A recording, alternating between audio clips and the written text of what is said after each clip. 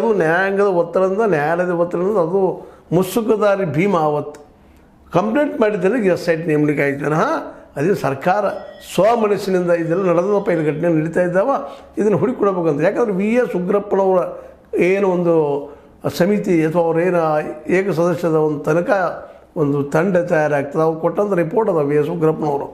477 ಹತ್ಯೆಗಳಾಗಿದ್ದಾವಪ್ಪ ಅಲ್ಲಿ, ಹೆಣಗಳಿದ್ದಾವೆ ಪರಿಸ್ಥಿತಿ ಅಂತೇಳಿ. ಇದು ಇಂಥ ಒಂದು ಹೆಣಗಳು ಇವನ್ನಲ್ಲಿ ಅವ್ರು ಸದ ತಮ್ಮ ರಿಪೋರ್ಟ್ದಲ್ಲಿ ಬರ್ಕೊಳ್ತಾರೆ ನಮ್ಮ ಉಗ್ರಪ್ಪನವರು. ಇಲ್ಲ ಇದು ಇವನ್ನ ತಿರುಪತಿ ಅಲ್ಲಿ ಸಹಿತ ಇಷ್ಟು ಪ್ರಮಾಣದಲ್ಲಿ ಆಗಿಲ್ಲ, ಆದ್ರೆ ಸಹಜವಾಗಿ ನಾವು ಇಲ್ಲಿ ಮುಕ್ತಿ ಪಡಿತೀವಿ ಮಾಡ್ತೀವಿ ಅಂತ ಅನೇಕ ಜನ ತಮ್ಮ ಜೀವನ ಕೊಡ್ತೀವಂತ ಆತ್ಮಹತ್ಯೆ ಮಾಡ್ಕೊಳ್ಳೋಂಥ ಘಟನೆಗಳು ನಾವು ಎಲ್ಲ ಕಡೆ ನೋಡ್ತಾ ಇದ್ದೀವಿ. ಇದು ಇಲ್ಲಿ ಹೆಚ್ಚಾಗಿದ್ದಲ್ಲ ಯಾಕಂತ ಪ್ರಶ್ನೆ ಮಾಡ್ತಾರೆ. ಅದಕ್ಕೆ ಅಲ್ಲಿ ಆವತ್ತಿನ ಎಸ್ ಪಿ ಸಹಿತ ಆದರೂ ಹೌದು ಇಲ್ಲಿ ನಡೀತಾ ಇದ್ದಾವೆ ಅಂತ ಅವ್ರು ರಿಪೋರ್ಟ್ ಕೊಟ್ಟಿದ್ದಾರೆ. ಇವೆಲ್ಲ ಯಾಕೆ ತನಿಖೆ ಆಗಿಲ್ಲ ಅಂತ, ಇದನ್ನು ಯಾಕೆ ಸರ್ಕಾರ ಗಂಭೀರವಾಗಿ ತೆಗೆದುಕೊಳ್ತಾ ಇಲ್ಲ ಅಂತ.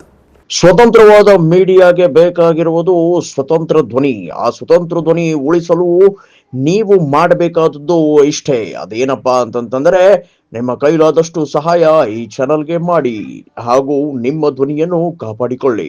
ಇವತ್ತು ನೋಡ್ರಿ, ಹೆಣ್ಮಕ್ಳು ಬೀದಿಗೆ ಬರುವಂಥ ಬೆಳ್ತಂಗಡಿಯಲ್ಲಿ ಸ್ಟ್ರೈಕ್ ಮಾಡುವಂಥ 16 ಡಿಸೆಂಬರ್ 14 ಈ ಹಂತಕ್ಕೆ ಬಂದಿಲ್ಲುವಂಥದ್ದು ಹೆಣ್ಮಕ್ಳು ಕೇಳ್ತಾ ಇದ್ದಾರೆ. ಅದೇ ಕಾಲಕ್ಕೆ ಮಹಿಳಾ ಆಯೋಗದ ಅಧ್ಯಕ್ಷಣೆ ಅಂತ ನಮ್ಮ ನಾಗಲಕ್ಷ್ಮಿ ಚೌಧರಿ ಅವರು ಪ್ರಶ್ನೆ ಮಾಡ್ತಾ ಇದ್ದಾರೆ. 20 ವರ್ಷ ತನಿಖೆ ಮಾಡೋದು ಏನೂ ಮಾಡಿಲ್ಲ ಇಲ್ಲಿವರೆಗೆ ಎಸ್ ಐ ಟಿ ಯಾಕೆ ಮಾಡಲಿಲ್ಲ, ಏನು ಕಾರಣ ಮಾಡಲಿಲ್ಲ, ಇದ್ರ ಹಿಂದಿದ್ದಂಥವ್ರು ಯಾರು. ಹೋಗಿ ಇವತ್ತು ಸದನ ನೋಡೋದ ಬೆಳಗಾವಿಯಲ್ಲಿ, ಆ ಸದನದಲ್ಲಿ ಆದರೂ ಜನರ ಚರ್ಚೆ ಜನಜೀವನ ಚರ್ಚೆ ಮಾಡೋದು ಬೇಡ, ಷಡ್ಯಂತ್ರದ ಮುಚ್ಚಾಗುವಂಥ ಪ್ರಯತ್ನ ಈ ರಾಜಕೀಯ ಪಕ್ಷಗಳು ಮಾಡೋದು ನೋಡಿದಾಗ ಈ ಸದನಕ್ಕಾದರೂ ಏನು ಬೆಲೆ ಅಂತ. ಯಾಕೆಂದರೆ ಇಷ್ಟೆಲ್ಲ ನಡೆದರೂ ಸಹಿತ ಸದನದಲ್ಲಿ ಏನೂ ಇಲ್ಲ, ನಡೆದೇ ಇಲ್ಲಪ್ಪ, ಅದೇ ನಮ್ಗೆ ಸಂಬಂಧ ಇಲ್ಲ ಅನ್ನೋ ಹೋಗೋದು ನೋಡಿದಾಗ ಸರ್ಕಾರ ಈ ರಾಜ್ಯದಲ್ಲಿ ಅದನ ಈ ದೇಶದಲ್ಲಿ ಅದನ ಅನ್ನೋದು ಪ್ರಶ್ನೆ ಸಹಿತ ಇವತ್ತು ಮೂಡ್ತಾ ಇದ್ದಾವೆ. ಓಪನ್ ಆಗಿ ಹತ್ಯೆಗಳಾಗ್ತಾ